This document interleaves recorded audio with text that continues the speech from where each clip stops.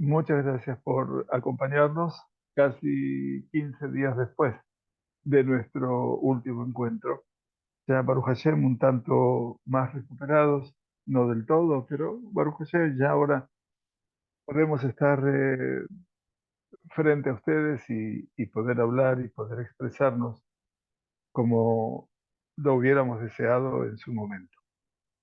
Transcurre ya el mes de Adar Rishon. Estamos ya casi llegando al promedio de Adar Rishon y este mes se llama un mes embolismal. Quiere decir, es el mes supuestamente treceavo en vez de 12 meses que hay en el año regular. Este es el mes agregado, el Adar Rishon, ya que los Jajamim entendieron la necesidad de que siempre la celebración de Pesach pueda resolverse y pueda celebrarse en el tiempo de la primavera, para que Pesaj nunca se corra más allá de la primavera o se adelante a la primavera. Entonces los Jajamim establecieron este criterio tan trascendente como es fijar cada secuencia determinada de tiempo un mes adicional al calendario, y ese mes se llama Shana, el año se llama Shana Me'uberet, un año, llamémoslo, embarazado, desde el punto de vista de su traducción literal, a lo que significaría también el año embolismal. Y por eso estamos en este Adar Rishon, y tengamos en cuenta que este viernes, por ejemplo, es 14 de Adar Rishon. Y muchos de ustedes en los calendarios, fundamentalmente el calendario de la comunidad, van a ver que figura el día viernes la inscripción Purim Katán. Quiere decir que estamos llegando en este 14 de Adar a lo que sería habitualmente una celebración central de este día y de este mes llamada Hag Apurim. Solamente que como este año tenemos 2 meses de Adar, el Purim, comillas, real, lo vamos a celebrar en el Adar, que está más próximo a el mes de Nisan. Y por eso dentro de un mes celebraremos Bezrat Hashem Purim.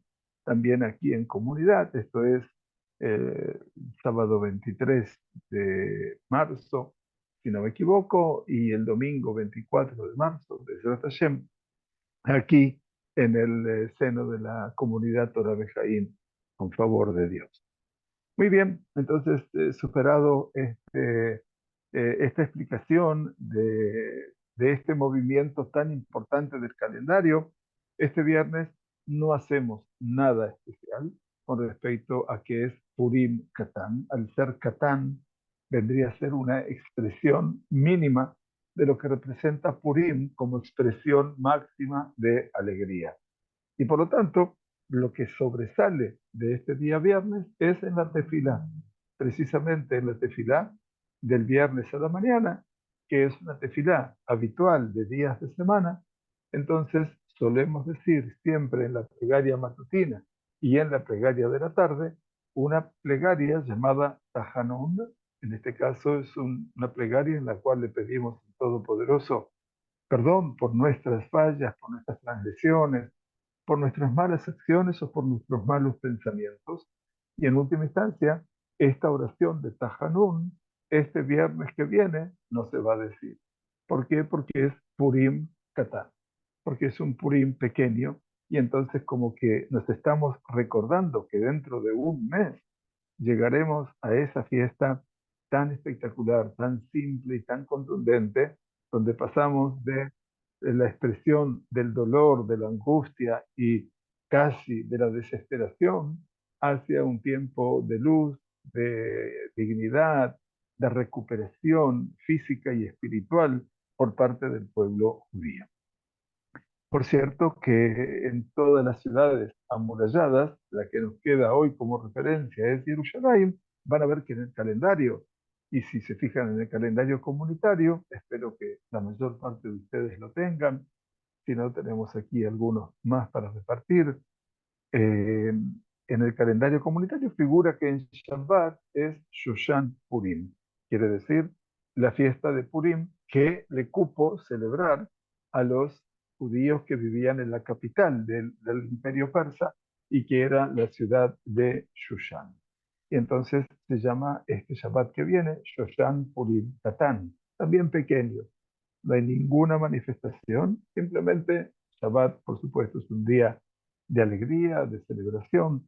No hay, por supuesto, duelo, no hay tafanú, no hay pedido de súplica, por supuesto, aunque estos tiempos ya en casi 140 días de una guerra jamás buscada, pero lamentablemente necesaria, todos los días se han transformado en un pedido de súplica a Dios, incluida la santidad del Shabbat. Muy bien, bueno, muchas gracias por acompañarnos y las disculpas, obviamente, por no haber llegado a tiempo las últimas semanas. Vamos a retomar un poquitito el capítulo 9. Ya estamos casi en la recta final, como les decía, del libro de Coelet y vamos a compartir este capítulo 9 del libro de Coelet. Y aquí el rey, les recuerdo, comenzaba diciéndonos uno de los versículos o una de las expresiones que a mí más me sacude, que más me conmueve. Kiet kol ze natati el libi. O sea que a todo esto me lo puse sobre mi corazón. Natati el libi. El Rabederi lo tradujo, me puse en mi mente. Belaburet kol ze. Y para esclarecer a todo esto. Asher atzadikim be'achachamim ba'avadehem beyada Elohim. Que los justos y los sabios y sus hechos están todos ellos en manos del Todopoderoso. Gama ava begam sin'a en yodea adam hakol lifnei. Ni amor ni odio sabe el hombre, todo está delante de ellos. Y aquí lo tradujo como delante.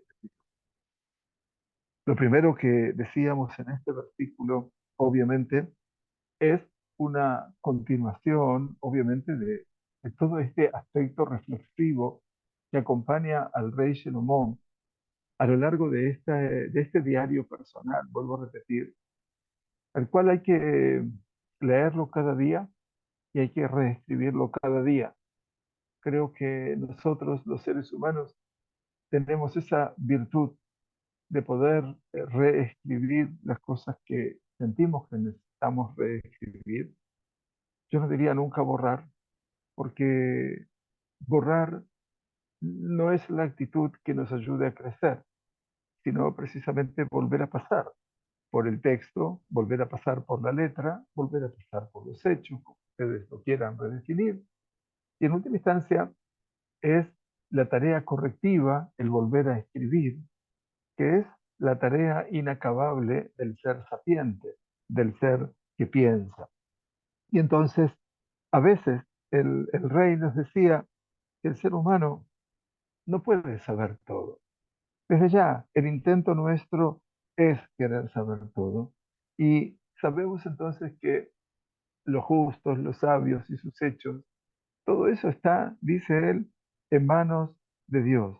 Todo está puesto en manos de esa supervisión del Todopoderoso. Pero no solamente las palabras y los hechos, sino como una novedad interesante, también sus sentimientos.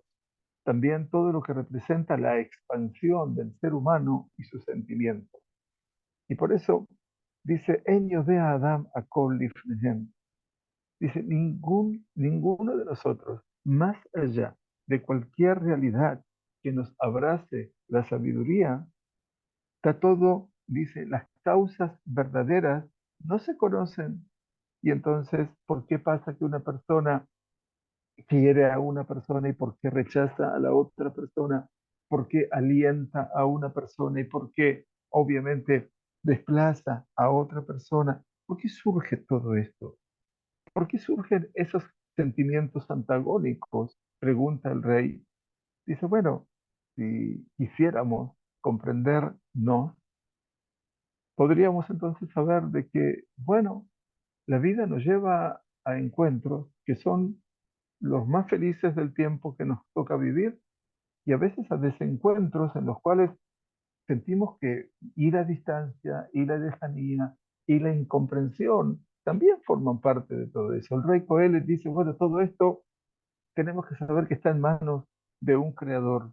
Y con esto quiero que ustedes me entiendan, valga la redundancia, que si bien los jajamín, para que no lo pierdan de vista, siempre tuvieron una actitud distante de este libro de Eclesiastés, quiere decir, eh, por un lado recibirlo con la mano derecha, pero rechazarlo con la mano izquierda, porque muchos de nuestros jajamim entendían que las palabras de Coelet, Sotrim Divrei Torah, contradicen las palabras de Torah, el sentido de la Torah. Claro, el libre albedrío es uno de los aspectos esenciales en el mundo de la Torah. Y sin embargo, parece ser que aquí, obviamente, parecería ser que el hombre no lo tiene.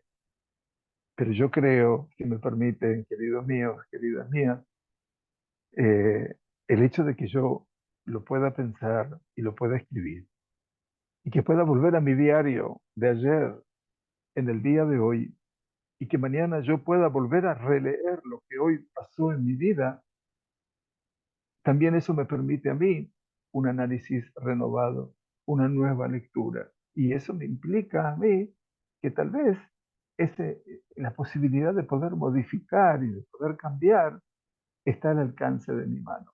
Y eso es lo que yo celebro. Decía entonces, Akol Kaasher Lakol, y aquí el rey nos llevaba a un pensamiento difícil, este sabio que sigue investigando, que sigue mamás, incorporando el conocimiento, Akol Kaasher Lakol. Dice, todo en cuanto a todo. Dice, todo lo que nos sucede, mi crejan, hay un acontecimiento único. ¿Para quién? Para el tzadik y para el rasha. Sabemos que el pensamiento de los profetas y la realidad del mundo bíblico habla siempre de dos personalidades, el hombre justo y el hombre perverso. Tzadik y rasha. Sabemos que esa es la estructura. Entonces dice, Mikra Ejed, para él dice, hay un acontecimiento único para el justo y para el impío, para el bueno y para el inmaculado y al mancillado, para el Tov, dice para el Tahor, para el puro y para el Tamé. Belasobeach, Belasher enenu sobeach. Al que sacrifica quiere decir que realiza una tarea espiritual y se vincula con su Dios, y aquel que no lo hace. Katov Kajoté, tanto el bueno como el pecador. Anishva Kasher Shubuai Teare. Dice también aquel que jura como que el juramento también le pega. Todas estas personas, dice, comparten un mismo escenario porque estamos todos en ese circuito fantástico que se llama la vida. Y eso es lo que nos lleva a pensar por parte del rey, es que nadie está exento de nada. Formamos parte de ese círculo. A veces el círculo es un círculo virtuoso, es un círculo en el cual nos adherimos a seres humanos únicos que le dan un sentido muy particular a nuestra vida. Y a veces los circuitos, los círculos son viciosos en vez de virtuosos, donde a veces quisiéramos alejarnos de todo ese marco, porque no quisiéramos formar parte de todo eso. Y entonces nos dice, nos decía el rey, estoy pasando un poquitito como repaso, "Zerra bechol asher na'asat tachat hashem". Y esto es malo en todo lo que se hace bajo el sol. Recuerden siempre que el rey nos propone una atmósfera, todo lo que pasa debajo del sol. Esto es lo que los jajamim dijeron, es cierto. Debajo del sol es mi realidad, es la realidad humana. Pero por encima del sol no es un lugar que yo pueda llegar. Entonces es cierto, el Tajat Hashemesh parecería ser una limitante en la vida del ser humano. Pero a veces nosotros tenemos siempre la fuerza no de estar bajo ese influjo, comillas, sino poder también estar por encima de esa realidad. Yo les quiero contar, les quiero recordar simplemente la hermosísima historia bíblica con respecto a Abraham. Cuando Abraham, después de haber salvado a su sobrino de una casi primera guerra mundial, y logró volverlo de su cautiverio, Abraham se encuentra en un estado de mucho dolor, de mucha angustia, y Dios le dice a Abraham que no tema, que su recompensa es muy grande. Y en ese momento Abraham le dice, Mati tenli. Dice, ¿qué más me vas a dar? Abraham tiene todo, tiene mucha riqueza, tiene mucha servidumbre, tiene mucho ganado, tiene oro, tiene plata, tiene posesiones. Lo que le falta es, Banojío, le Hariri, y yo voy sin hijos. Por lo tanto, le dice Abraham a Dios, el que me va a heredar es una persona que es muy fiel y que es Ben Meshek Beiti, que es el administrador de mi casa, que él lo quiere, que se llama Eliezer. Pero obviamente no era la expectativa de Abraham de que su sirviente lo heredase. Y entonces, en ese momento, Kadosh Baruj Hu escucha al hombre. Ese es el regalo que nos da la Torah, que siempre hay un Dios que escucha. Primero soy yo el que me expresa y luego soy el que debo tratar de prestar atención. Y entonces Dios le habla a Abraham y le dice, Lo ira shehazde. No, no, no, no es como tú piensas, no será él quien te herede. Y si no, Ben, ayotze mejalatzeja, el hijo que saldrá de tus entrañas, ira sheha, él habrá de heredar. Y en este momento, bueno, ya tenemos todo, ¿verdad? Ya tenemos toda la palabra, tenemos toda la promesa. ¿Qué más necesitamos? En ese momento, la Sagrada Torah nos dice, Bayotzeo Toahut. Recuerdan todos, me imagino que todos ustedes lo recuerdan, que Kadosh Baruj Hu lo saca a Abraham afuera. Y cuando está afuera le dice que eleve su vista hacia el cielo y que cuente las estrellas si las puede contar. Y entonces le dice, Ko y el Zareja, así será tu simiente. Y uno se pregunta, con lo que le dijo anterior no era suficiente. ¿Por qué necesitaba ahora sacarlo afuera? ¿Tenía que ver algo más Abraham? Bueno, la verdad es que en el momento que las cosas acontecen en la Sagrada Torá, es durante el día. Akadosh Baruj Hu lo saca a Abraham para ver las estrellas en plena luz de mediodía, cuando está el sol en su mayor esplendor. Y todos sabemos, todos, por nuestra experiencia habitual, que las estrellas no se ven sino en la noche. Entonces aquí Rashi, el comentarista bíblico por excelencia, trae un midrash, una interpretación de los Jajamim que es fantástica. Dice que Akadosh Baruj Hu lo tomó a Abraham y lo sacó, pero no de la tienda al patio, sacó del plano estelar, del plano del sol, la luna y las estrellas y lo puso por encima de todo lo que representa ese sistema planetario y le mostró todo y le dijo, así será tu simiente. Quiere decir, a veces la persona parece estar dominada y prácticamente, comillas, castigada por todo lo que pasa debajo del sol. Y debajo del sol, aparentemente, Abraham entiende que no va a haber. Y Abraham entiende que no va a haber posteridad para él. Y Abraham entiende, y sin embargo, en ese momento dice, Vehe Emin Bashem, la primera vez en todo el Tanaj, que aparece y creyó en Dios. Aparece la emuna y después aparece la respuesta del cielo. Vaya lo tzedaká. Y esto Dios lo consideró como una tzedaká que Abraham ha hecho por Dios. Dios ha demostrado que su palabra se habrá de cumplir, por supuesto, y entonces ahora le retribuye al hombre con tzedaká. Con esto que quiero decirles, que cuando yo me vengo ya al final del Tanaj, porque a final de cuentas estoy en el libro de Coelet, estoy ya en la tercera instancia del Tanaj, en los que tuvimos.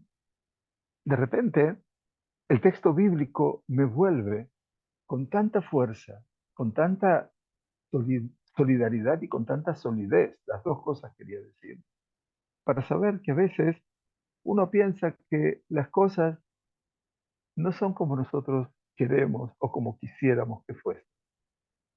Y él dice, Zerra, esto es malo en todo lo que se hace bajo el sol. ¿Por qué? Kimikre ejab la kol, porque un acontecimiento único es para todos.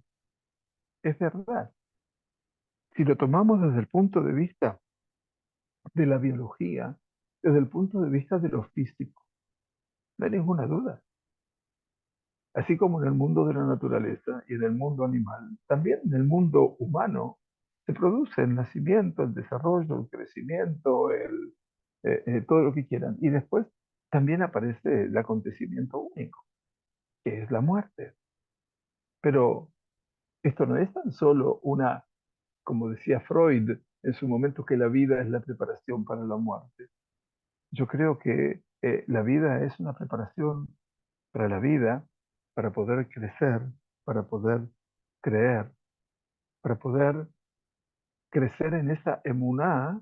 No hablo de religión, hablo de emuná, hablo del sentido de pertenencia, del sentido a una idea trascendente, y ese se llama Dios.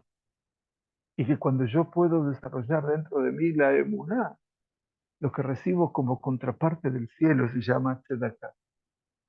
No una tzedaká material, la tzedaká es levantarse cada mañana, poder agradecer por quien tengo al lado, poder agradecer por todos aquellos que forman mi circuito de vida semanal, mensual, anual, poder agradecer a Dios verdaderamente por todo ese regalo de seres humanos únicos que forman parte de mi cotidianidad sin formar parte de mi diario, pero están en mi pensamiento, no solamente están en mi presencia, no solamente se necesita la presencia del otro, se necesita que esté en el pensamiento. Y entonces dice, acá el Coelet está un poco malogrado, porque más allá de que todos comparten un acontecimiento único, dice, Begam lev bene adam malerra, beholelot fil babam behayehem beaharab elametim. Y también el corazón de los hijos del hombre está colmado de mal, como ven ustedes aquí, y delirio en su corazón, en sus vidas y en pos de él, acerca de los mortales. ¿Qué significa? Compartíamos esto hace 2 semanas, les pido disculpas, pero esto es bueno que lo veamos. El hecho de que haya un solo acontecimiento, dice el Rab, para todos es un mal notable que surte efectos dañinos sobre el temperamento de las personas. Todo tiempo que el hombre ve que aparentemente no existe discriminación alguna entre el bien y el mal, en una suerte de calamidad general, llega a la conclusión de que no existe preeminencia del ser bueno, perdón, y no malo. Además, este efecto determina la conducta de la persona que se obsesiona por la falta de distinción entre lo bueno y lo malo. Miren qué interesante, ¿no? La conducta de la persona que se obsesiona por la falta de distinción entre lo bueno y lo malo. ¿A quién no le pasa? Es una sensación, pero terriblemente humana. Y te digo terriblemente porque es la realidad. Otra conclusión que extraen las personas, dice Ravederi, es que si esta es la ley de en la vida, la no distinción, perdón, entre las conductas negativas y positivas, lo mismo ha de ocurrir después de la muerte. Y este comentario, como lo mencionamos, está basado en un gran sabio medieval, Rabbi Moshe al-Mosnino, quien agrega que esta es una idea de los herejes, a quienes nuestro autor se encargará de desvirtuar el objetivo. ¿Quién es el hereje? El hereje es aquel que dice, no hay Dios, no hay recompensa, no hay castigo, no hay absolutamente nada. La vida es un laissez-faire, es un dejar hacer, y permanentemente viva la pepa, perdonando la expresión. Bueno, no es así. Entonces nos dice el versículo 4, y mía es ayer yehubar el kol haim yesh bitajón. Entonces decía, ya que aquel que se une a todos los vivientes tiene confianza. Claro, ya que el perro vivo es mejor que el león muerto. ¿Se acuerdan, verdad? Entonces, ¿qué decía aquí el Rab? Esta traducción está basada en Ibn Ezra.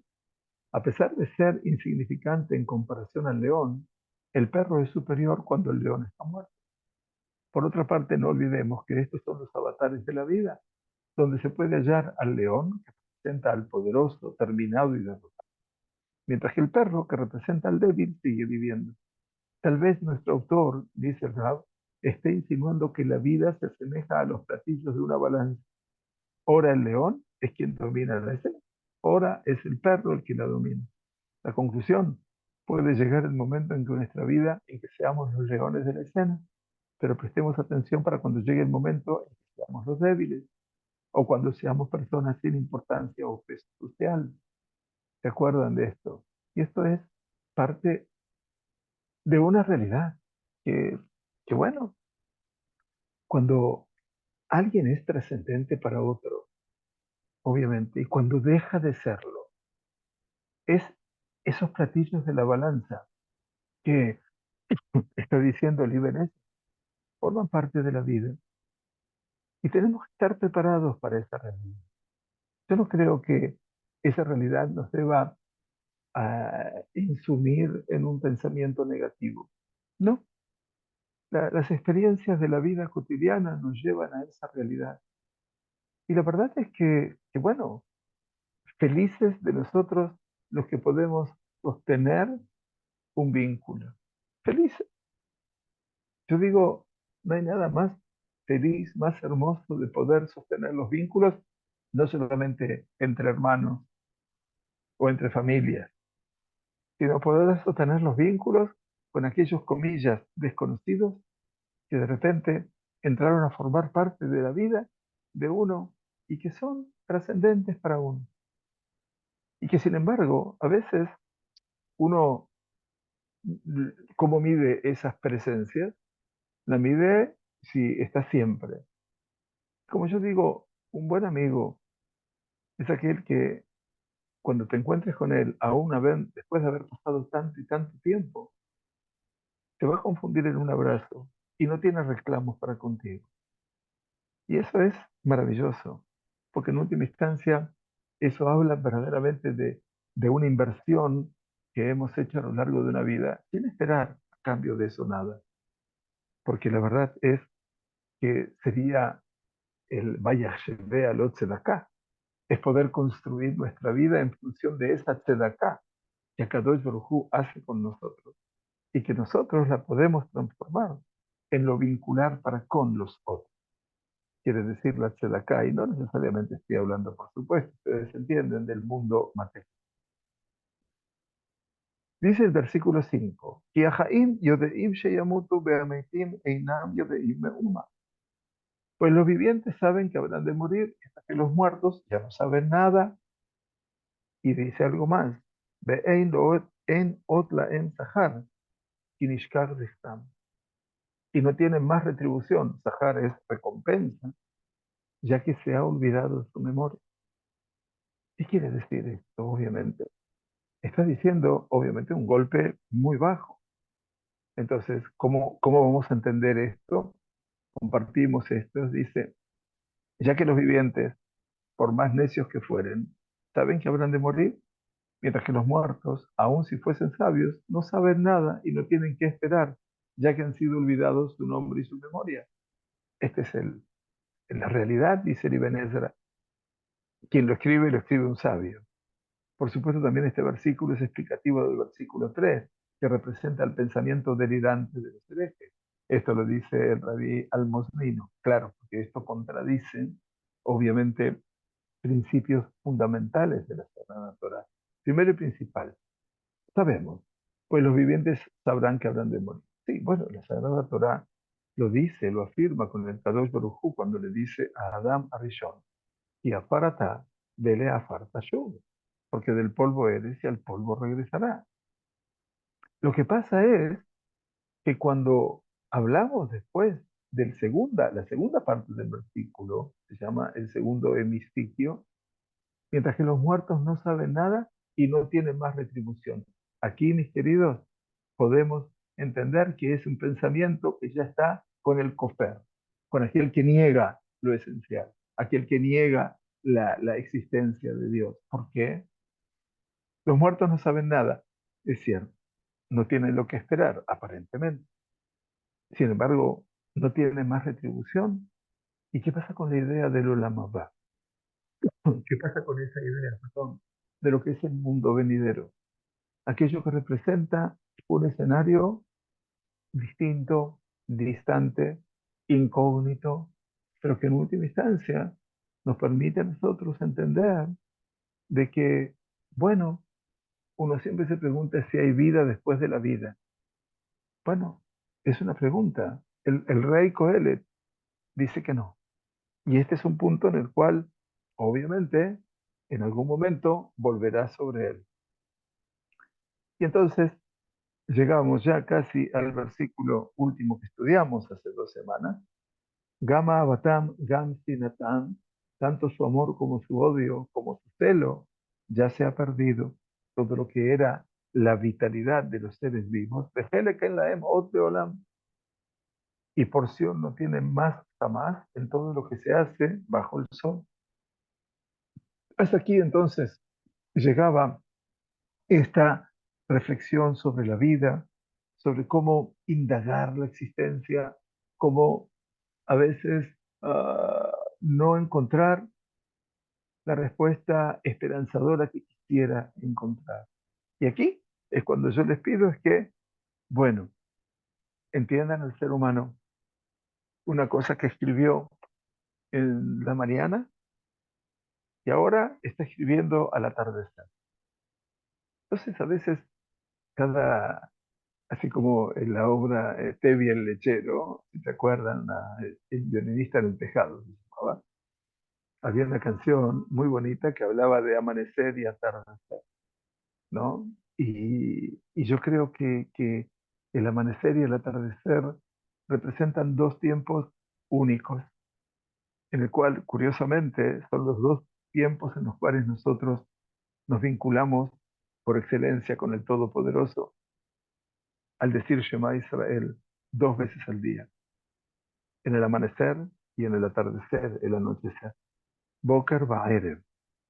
Y entonces entiendo de que esa canción de El violinista en el tejado, que es realmente fantástica, súper sensible, la cantaba, por supuesto, el padre después de haber pasado los judíos tantos pogroms y después del casamiento de su hija, etcétera. Bueno, una obra muy sensible que cuando se ve en algún teatro y si no la vieron, traten de verla porque es fantástica y no sé si está en YouTube para poder verla o en inglés o en español probablemente. Pero es interesante porque en última instancia es un pasaje por la vida que nos invita a nosotros a recorrerla y a ver los momentos diferenciales de la vida. Y aquí entonces está hablando de la mañana y del atardecer. Y miren qué bonito el versículo 7. Dice el rey Coelet, Lech ejol besimcha lachmech. Ve, come con alegría tu pan, usted belev tov yaneja. Y bebe con corazón agradable, con buen corazón tu vino. Y Jevar ratzá a Elohim et maasej, puesto que ya ha aceptado Elohim tus acciones. ¿Ustedes se dan cuenta del salto? Es como pasar de la mañana a la noche. Pero estos pasajes de la mañana a la noche también forman parte de la vida cotidiana de uno. Si hoy tu mañana no fue de lo mejor, seguramente en la noche, después de poder estudiar y después de poder reflexionar, no lo digo por mí, seguro, pero a mí cada shiur me representa un desafío para mí mismo, en mi propia vida, en mi propia elaboración y reelaboración, no hay ninguna duda. Y este versículo para mí tendría que estar puesto delante de nosotros en cada lugar del hogar o en cada lugar del trabajo. Ve, come con alegría tu pan y bebe con corazón agradable tu vino, pues que ya ha aceptado Elohim tus acciones. Quiere decir, de repente pasamos a un nuevo pensamiento. Y para mí, este versículo es fantástico. Dice entonces aquí Rashi, pero tú, hombre justo, cuyas buenas acciones ya han sido aceptadas por Dios, tendrás el mérito de gozar del mundo por venir. Ve y come con regocijo. En otras palabras, dice Ravederi, Rashi, que es el comentarista bíblico por naturaleza, se está diciendo que solo el hombre de fe puede tener, dice la atención al vocablo, simhat ha'im, la alegría de vivir. El hombre carente de fe, en la medida en que su vida se va agotando y sus fuerzas físicas disminuyen, puede perder esta alegría y caer en la depresión, ya que de acuerdo a su realidad, comillas, todo carece de sentido.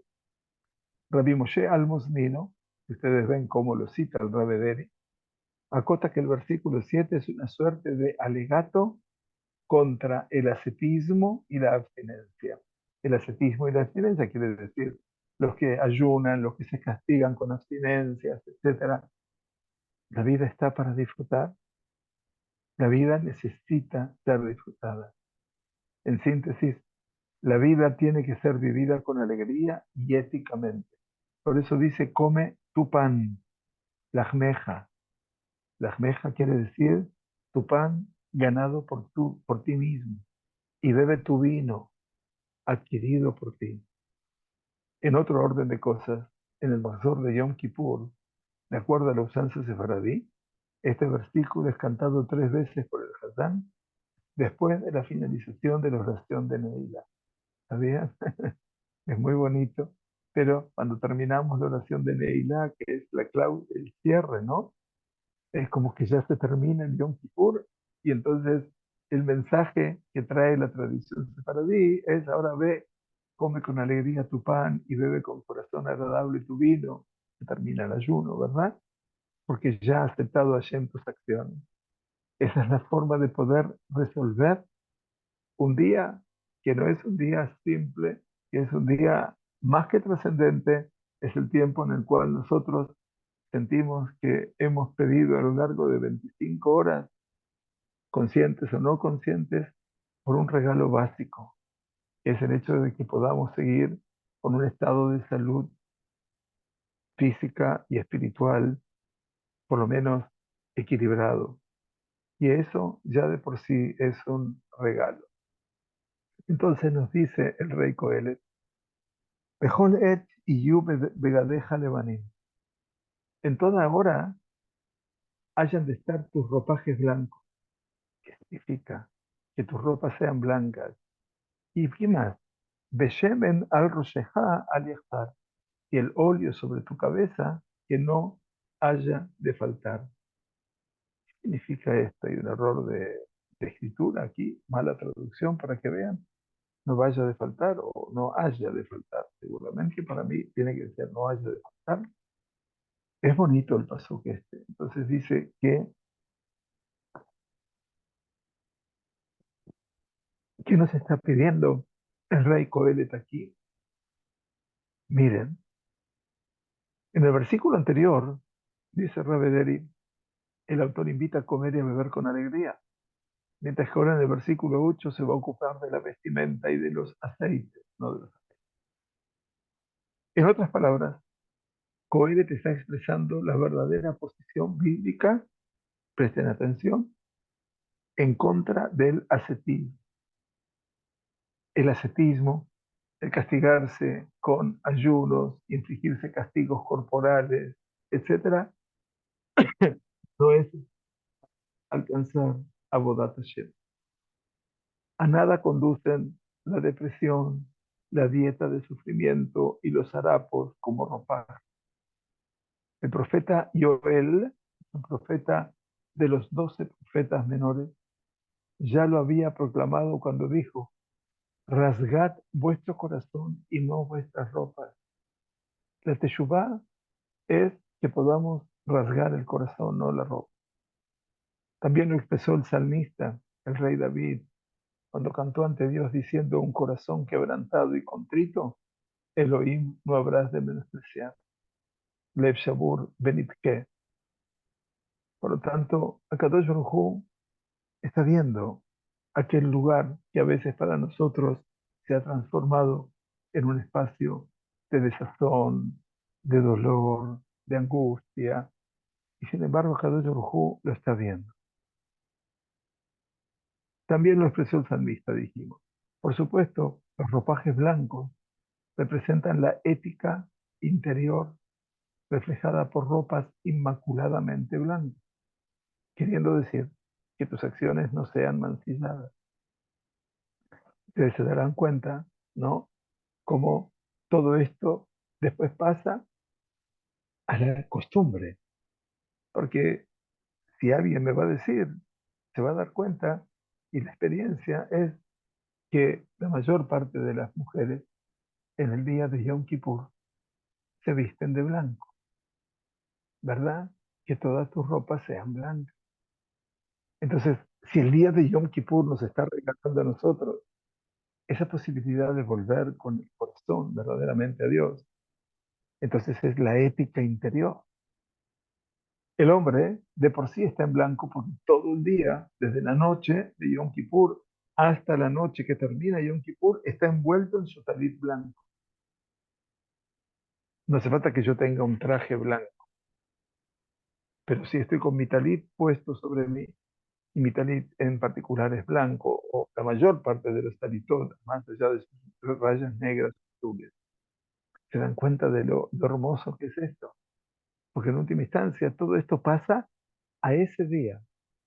Y es el único día en particular donde vemos las señoras, a nuestras hijas también, o lo que fueran, nuestras nietas, vestirse de blanco, increíblemente. Es una muy buena idea, porque eso habla de la ética interior, no de la pureza.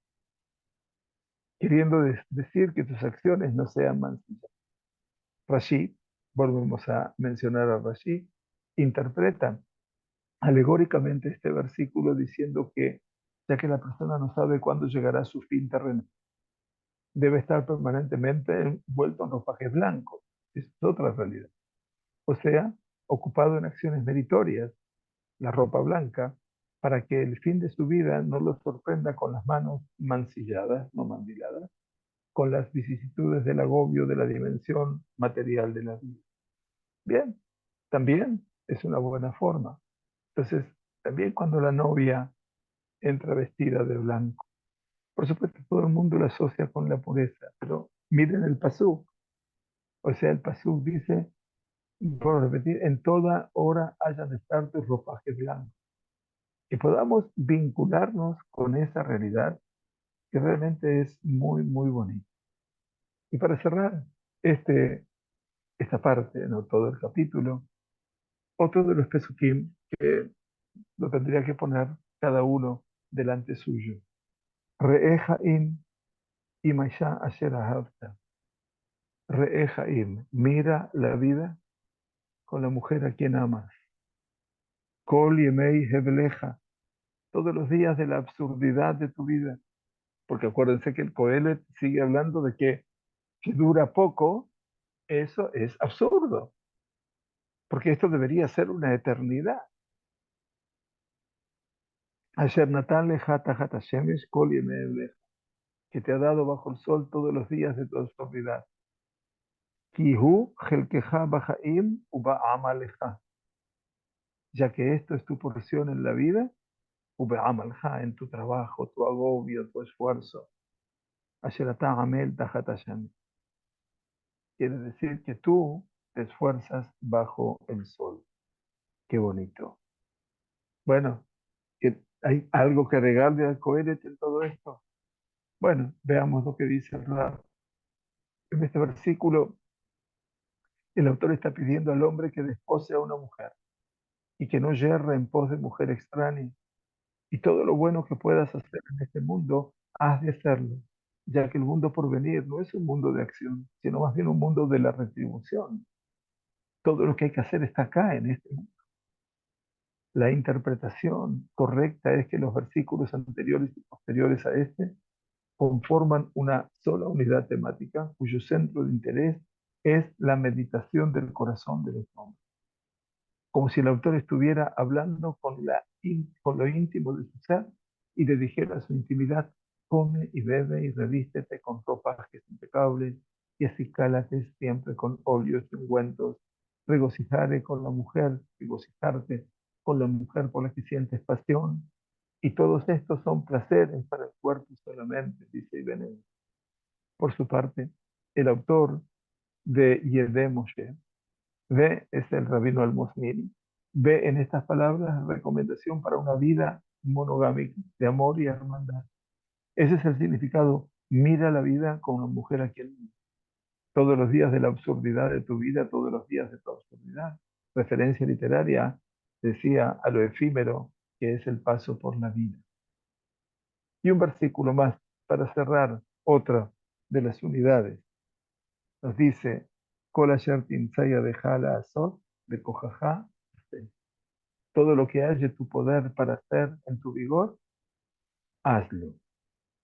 Y en maase de heshbon bedad de chokmah bisheola shelata olejta, ya que no hay acción, ni pensamiento, ni conocimiento, ni sapiencia en el sepulcro donde tú vas allí. Hablamos de la vida, hablamos de los tiempos del vivir. Dices, bueno, la realidad es que la voluntad de tu Creador, mientras estés en tu vigor, hazlo. Y Vanessa, por su parte, dice, todo lo que puedas hacer de las cosas que te proporcionan deleite, hazlo, ya que no hay acción ni pensamiento en el sepulcro. En otras palabras, no seamos epicúreos ni ascetas. En tu vigor, quiere decir eh, eh, de cojajá, hace, con tu fuerza, con tu vigor, quiere decir que mientras estás en vida y no has llegado al sepulcro que está abajo. Con referencia a este tema, el autor de Yedé Moshe, el rabino Almosnino, agrega que este versículo se está refiriendo permanentemente al aspecto físico de la persona, que ese que no hallará nada en donde tú vas allí, queriendo insinuar que allí es donde no hay nada material para nuestro cuerpo físico. Pero en el mundo espiritual, nuestro aspecto espiritual también tendrá derecho. En síntesis, lo que está diciendo el texto es que desde el momento en que el sepulcro es absolutamente el último lugar al cual va la persona física, se le debe dar a la materia, mientras vive en este mundo, el deleite con la vida. Y esto es, obviamente, un tema que nadie lo va a discutir, que la persona debe disfrutar, debe necesariamente estar siempre bajo esa lectura, bajo esa vivencia, bajo esa elocuencia del vivir, que nos permite a nosotros saber disfrutar lo que se puede disfrutar, aquello que necesitamos disfrutar, porque forma parte de un deleite que después de la vida, después de 120 años, ya no lo habremos de tener.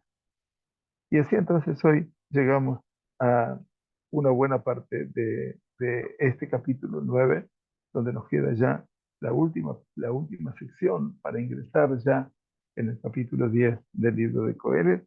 Esperemos contar con buena salud y obviamente agradecerles de todísimo corazón el hecho de que nos han acompañado en esta tarde. Muchas gracias por estar con nosotros. Shavua Tov, Besodot Tovot, Yeshuot, Benejamot. Y bueno, siempre gracias por estar con nosotros. Gracias, doña Lea. Gracias, Mordejai, que estén muy bien. Gracias, Carlos. Y bueno, a todos ustedes también, bienvenidos. Dentro de media hora aproximadamente tenemos el Sheur de Rama. Muchas gracias.